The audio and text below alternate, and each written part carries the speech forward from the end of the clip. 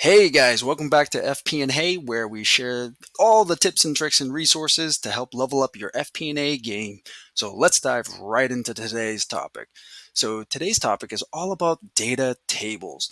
So some of you may be using this right now and you know how powerful this tool is.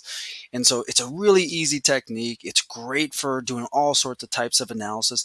And if you are familiar with VLOOKUPs and things like that, you know how painful it is when you have to adjust the columns and the rows to grab the additional data set.